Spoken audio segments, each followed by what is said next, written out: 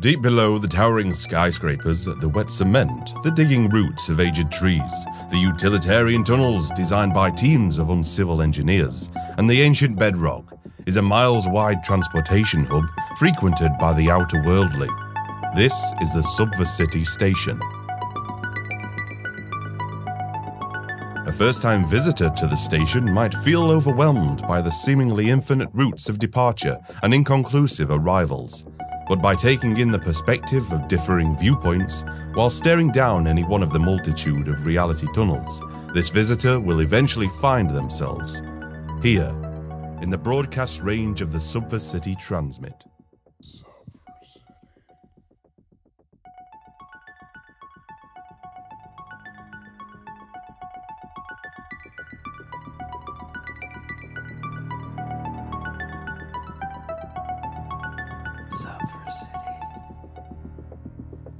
It's a new pattern. Please eyes up.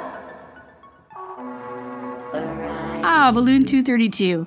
I see you've just landed in Bay 4. I'd like to be the first to welcome you to our very grand and very central station here in the SubverCity. Did you know that your outpost is our newest? So that means this is probably your first time this far into the realms. And therefore, you are our VIP guests today. So take a moment, just congratulate yourselves, if you haven't already. Because you know what? You really are intrepid and audacious travelers. Given the opportunity, I can't say I'd be as bold. I've been here in a small radius around the station for, well, most of my life. I've been waiting for you, haven't I? Yeah. Anyway. So, listen, you're new, so let me give you some guidelines, okay? These are the guidelines for the station. Listen to the announcements. You heard one when you just came in.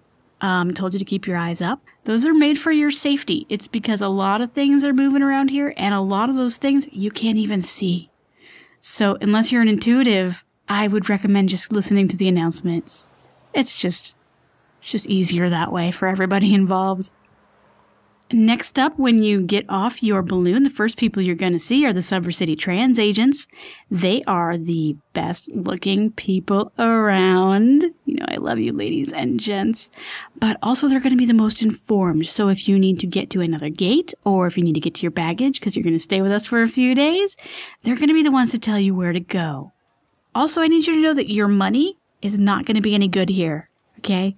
Seriously, the task of trying to exchange all of the currencies involved in this interdimensional /intertime /extra geographical port is kind of mind-boggling.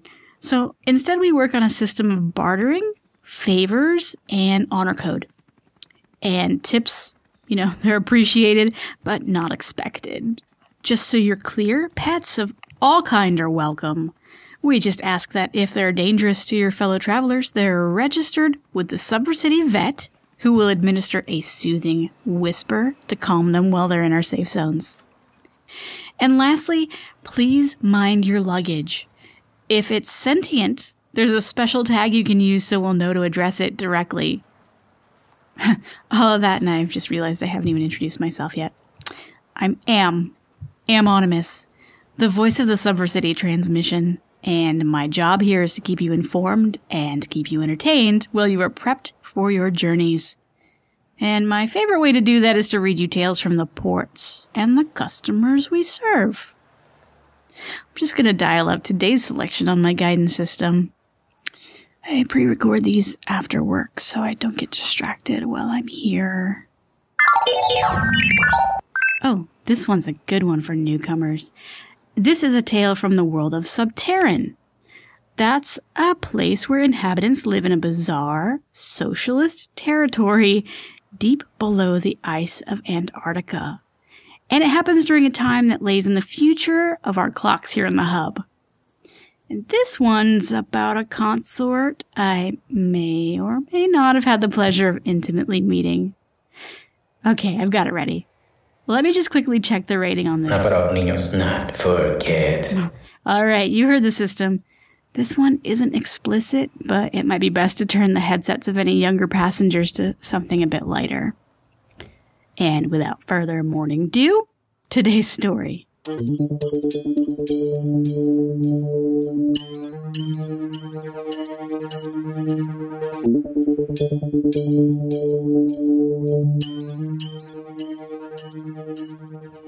Ichiban Marie Clairvoyant's Soulkiller School, or Another Portrait of a Lady, by Corin Reyburn. Madame Ichiban Marie Clairvoyant knows what all men desire. In the prime of her life, by day she slept, and by night she would snake out and grasp a willing victim in her claws. When it was over, his body was left empty and used, and she had a new piece of artwork to add to her collection. Now, Crypt Keeper old by any calculations, but a gorgeous artificial love machine by means of self-surgery, she instructs other young women, such as myself, in the art of dubious, deadly, insidious seduction. I, Crystal Caravan, am a resident at Ichiban Marie Clairvoyant's Soulkiller School. I am CSS, licensed and certified. Madam said I was a prime candidate.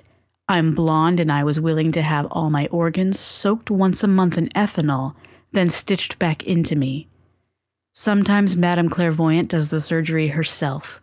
Other times she sleeps in a hyperbaric coffin, while artificially living vines she keeps as assistants tangle inside and out, touching you in your most private places and ridding you of any impurities.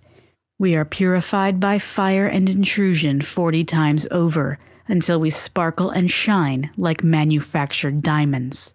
At night we go out, 11 p.m., lip gloss, lacquer, false eyelashes, collagen silicone, and fake tears, glitter on our skin and cameras in our corrective eyewear, 4-inch heel leather boots, and we're ready. We go down to one of the night chapels in the blue light district. Madam watches us on the big screen from the safety of her Art Deco living room, plush red leather furniture, colorful geometric chandeliers, and discarded tissue from the operations, stitched together like carnations and bunched in black and white vases. Tonight I'm here as a mentor, chaperoning a new recruit named Megan. She's not too smart, but she has big brown doe eyes, long wavy black hair, and a perfect body. She's short, but her white high-heel patent boots, thigh-high, create the illusion of height. Megan's painted like a gypsy acid queen Hello Kitty doll, and her dress is so tight. I'm in a steel gray bodysuit custom designed for me. It catches the light in just the right way when I move. Megan and I are on the run and we're looking to find a man with a stash of credits big enough for the both of us and smart enough to know we'll never want him for love. Life at Ichiban Marie Clairvoyant's Soulkiller School is a full-time job and we want a respite. I've had this idea for years. When Megan came along a few weeks ago, I knew I could get her to come with me. Could see it in her big doe eyes. I told her that Madam had eaten so many souls that she was beginning to cave in on herself, and if we didn't escape soon, we'd be collateral damage. She agreed, having turned up here only for want of other options. We sealed it with a pinky swear, a kiss, and a 12-pack of candy injections. Girls need a partner in crime. We wait outside the night chapel, watching for disappointed people leaving. They're easy to spot, even in the dark. They stare at the ground a few feet ahead of them, thoughts 1,000 miles away. They grip their opposite elbows, squeezing in their own body heat to keep out the cold of our harsh subterranean climate. They walk with short, quick steps, making them difficult to catch up with sometimes. Megan points out 2 men leaving the club and I shake my head. They may have exited empty-handed, but I can tell they're snobs and done for the night, off home to their bestseller books and their Chardonnay. They don't care for girls like us. But that's all right, it's not long before we spot our target. He's tall, walks alone, and wears an expensive waistcoat. His eyes say he's disappointed by what he saw in there, and now he just wishes for something pretty and interested. In 2 steps, I'm at his side with Megan at my shoulder. He glances up, and I see the attraction in his eyes mixed with suspicion. I put my hand on his shoulder, meet his gaze, and smile like a Cheshire. Do you have a light? He offers me a blue electric flame. I take a long drag of the thin black rose inhalers that Madam smokes. It tastes like brand-name celebrity cologne and root beer. You look like you could use some company. Megan's on his right now. We could too. She threads her pale, painted hands around his arm. It's been a long, lonely night, I tell him. He chuckles. He lights a cigarette of his own. Let's walk then, he says.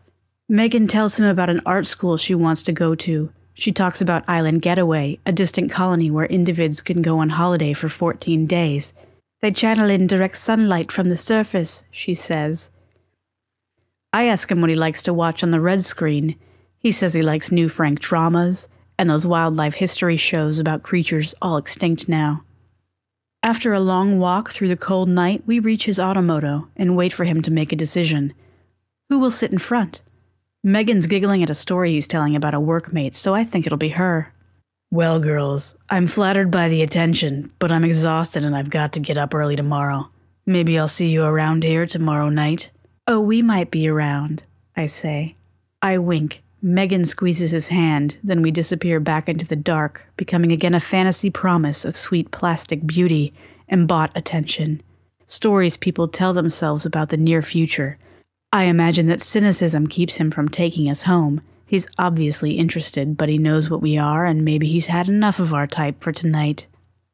When his reserves run low, he'll be back again, trolling the night chapels that are full of people like us. Like us, but not as well practiced. Madam has taught us that artificial connection is an art form.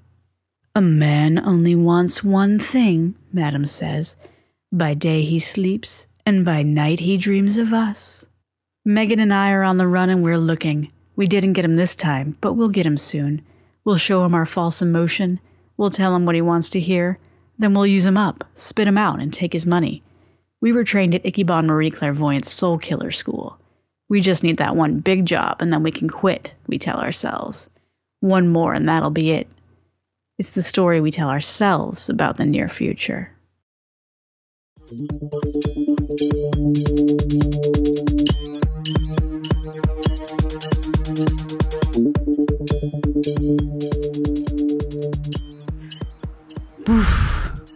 Subterran is a bright place.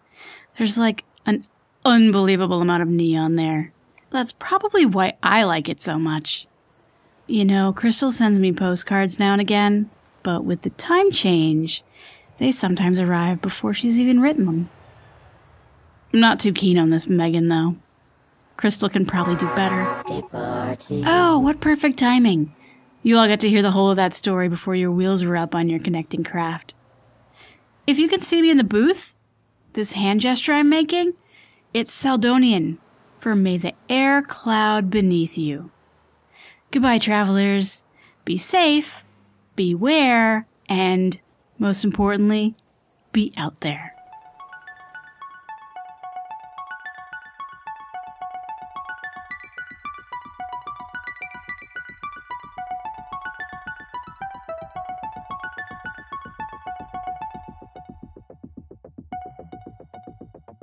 This week's story is written by Corin Reyburn and was previously published in the October 2012 issue of Subtopian Magazine.